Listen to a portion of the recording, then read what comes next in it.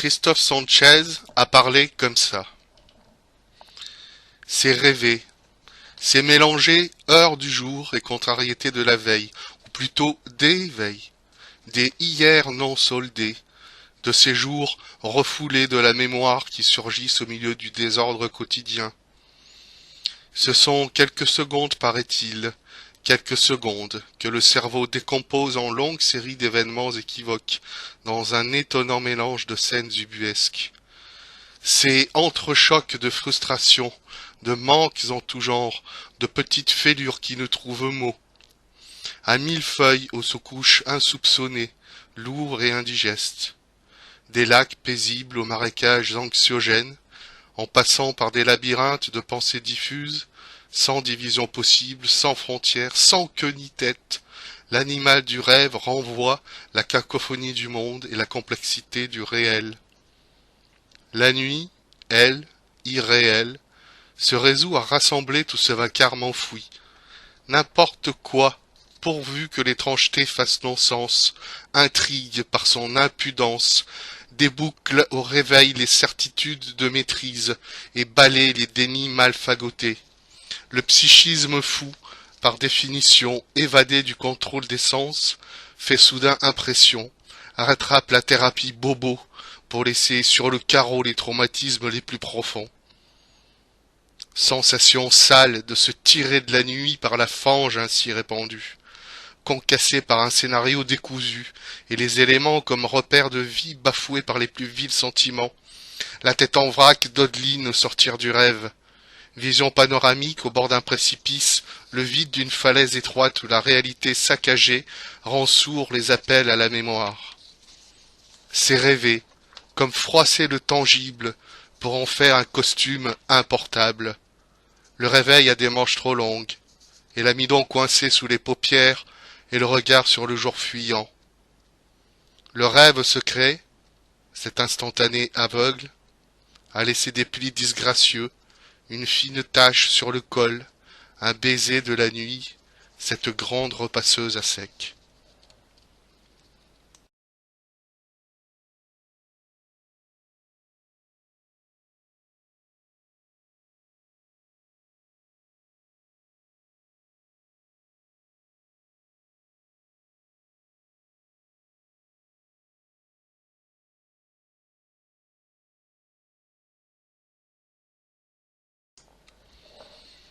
Serge Marcel Roche a parlé comme ça.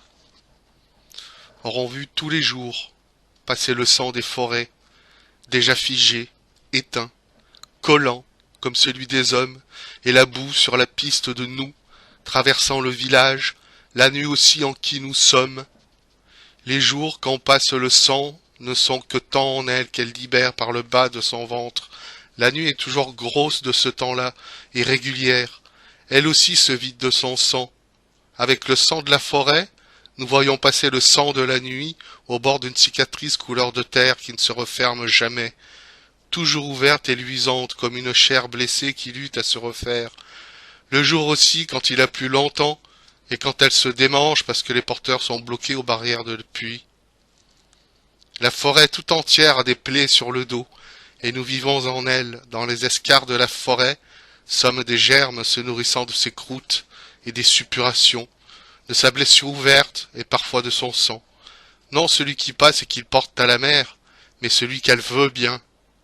Autrefois, ils ont dit de quitter la nuit pour être au bord de la cicatrice et dénombrer combien, mesurer sans repentir ce qu'ils pourraient vider durant 50 ans d'un sang d'elle. Nous, dans leur temps qui n'est pas celui de la nuit, de sa grossesse, mais de ce que d'heures on peut compter afin que roulent jusqu'à devant 82 porteurs au moins de son sang. Avons laissé les clairières qui sont le sexe doux des femmes entre ses jambes pour le serpent long d'une plaie, pour les bords de la cicatrice où, debout dans le jour malgré tout naissant d'elle, regardons passer le sang et sommes là, figés, lents, presque éteints, et les yeux gonflés de vénules rompus que le sommeil n'a pas séché, avec cet éclat de fer, cette brillance de couteau, de lance, au milieu qui nous vient d'avant, quand nous étions des peuples obscurs, là, au bordel et son ennui. Le long de la plaie dans nos yeux jaunissants, voyons le sang nombreux qui passe.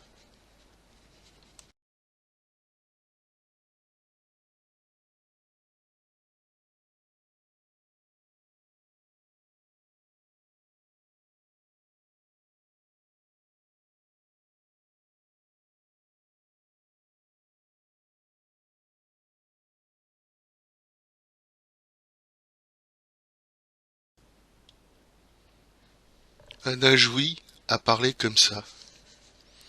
Mal de cicatrice, le membre absent qui pince, entre le jour et la nuit, chien et loup, la rage en plus. Mal qui serre, qui casse en deux, comme une fuite de feu dans le ventre, un front barbelé qui rappelle des enfants morts, des poignées de sang qu'on jette à la lune. Il faut presser sur ces viscères les froids qu'ils engrangent, ressources vivrières. Mal de ces bourrelets grossières qu'on a dedans, dans le secret, sous le lisse épiderme qui fait face, dans le sens de la marche et du courage.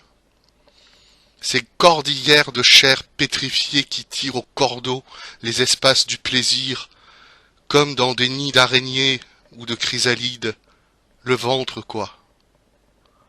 Mal d'être assise, d'être nouée à la chaise, au lieu d'être nouée à toi, homme. Pliée en deux, les jambes à l'équerre du vide, et que soudain, comme une mèche qui se met à courir, je sens que, dedans, il y a des projets d'attentats et de petites morts.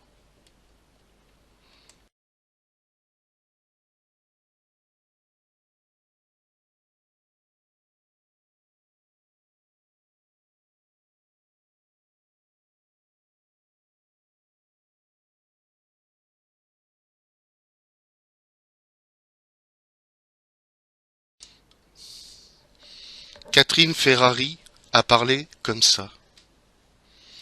La mer a parfois ce ton de confidence hésitante, ce souffle silencieux que la terre jalouse à ses heures frémissantes.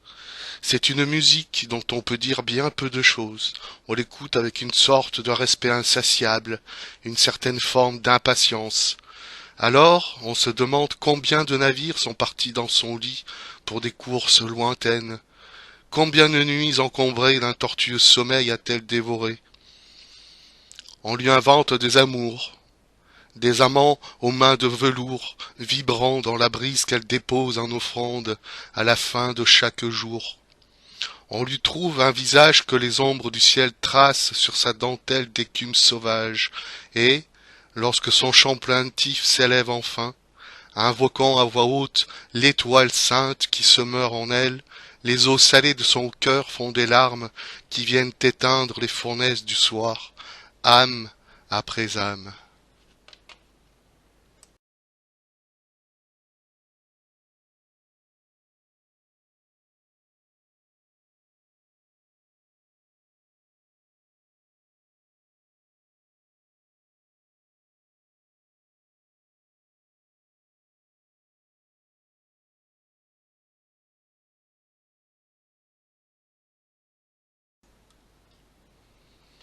Édith Masson a parlé comme ça.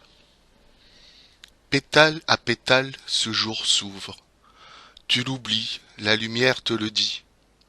Tu la trouves assise à ton réveil, venue pendant que tu dormais.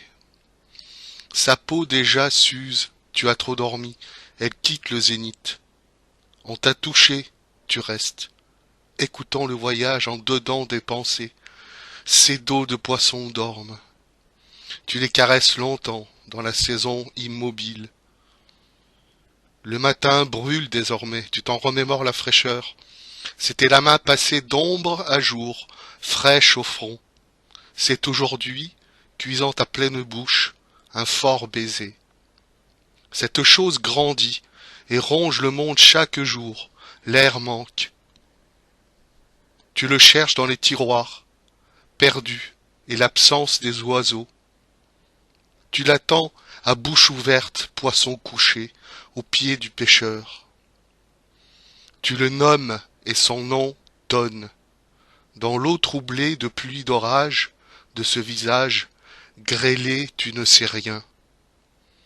Au bout d'orage tu le vois, ce temps qui termine, il est blanc, et si d'une aube à franchir ciel et terre que la nuit lit.